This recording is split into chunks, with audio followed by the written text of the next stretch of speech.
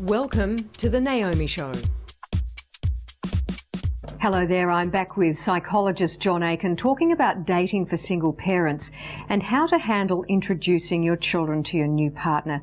Now this obviously can be a tricky one, can't it, John? There's so many things that can be quite difficult in this kind of scenario. Yeah, and you do really need to think about where you're at with the relationship before you even head down this path. It has to be something that you're feeling really strongly about, that there's a commitment there, there are long-term feelings that you've got for this partner. It's not someone that you met 3 weeks ago. You know, you've been going out for 6, 8 months, or dating, should I say, and you're really at a time in your relationship where you think, this has got long-term future, it's time to start thinking about introducing them. And depending on the age of the children, there can often be all kinds of resentment, anger towards the new partner.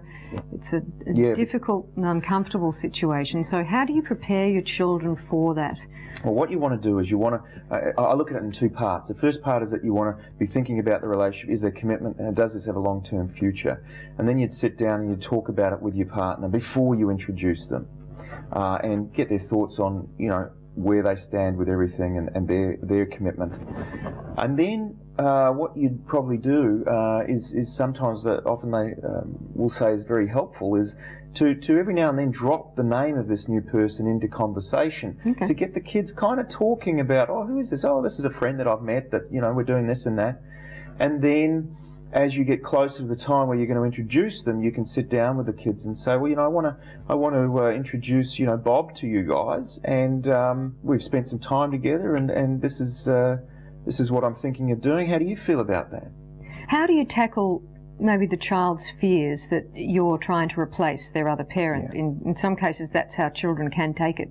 Well, at this point, you then say, right, you're talking through, reassuring them that you're in love with, or that you love them, that you're not going anywhere, you're not going to abandon them in any way, shape or form. Their routines are going to be very much the same, but this person, you know, they mean a lot to you and you'd like them to meet them. And that constant dialogue with the kids is really important.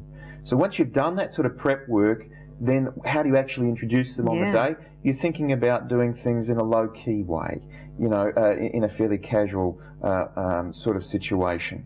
You want to make sure that you're letting the kids act and dress in a way which, you know, makes them comfortable. You don't want them going to a high-class restaurant dressed, you know, in little formal outfits. And then they're feeling very awkward and it's all very stilted. Exactly. You don't want any form of, you know, affection or public displays of hand-holding or kissing in front of the kids. It's all too soon for that sort of stuff. Include your new partner in the conversation with the kids. Get them all talking.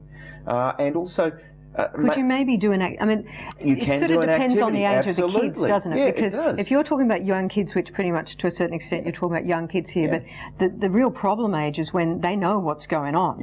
And they're aware of the fact that you're going out with someone and that's what you used to do with dad, or that's what you used to do with mum. And of course that's where you can get some real conflict, can't you? Because they may be thinking about reconciliation, the two parents getting back together. And so this can come as a bit of a shock, but you do that prep work beforehand, and then, as you say, you may have an activity base for that first meeting to keep it light and to keep it fun, particularly if the kids are younger, and also making it short, not a long-term 5-hour trip away, you know, all together in the car. You don't want to be doing that. And then after that meeting, giving the kids a chance to give you feedback, so keeping those lines of communication open all the time, listening to their feelings, being prepared to drop anything and being there for them to express exactly what's going on and answering any of their questions, any fears around, you know, does this mean you're going to be leaving me? You know, is mum and dad not going to get back together? So having the ability to talk that through with them. And I think if you've done that prep work and then you have that meeting and it goes smoothly, then you look at a follow-up meeting in a couple of weeks' time where you're doing those same sort of things and getting everyone involved, but not in a heavy and intense way. Well, John, I mean, you know, these are all the best intentions and obviously things can go awry, can't they? But realistically, that's probably your best groundwork that you can put in, isn't it?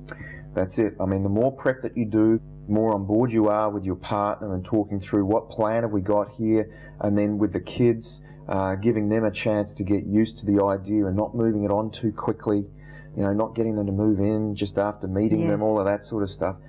Keep it slow, get the lines of communication open, and constantly be listening to the kids, putting them first, because it's very important that they don't feel like, hey, they're going to be replaced. Yeah, absolutely.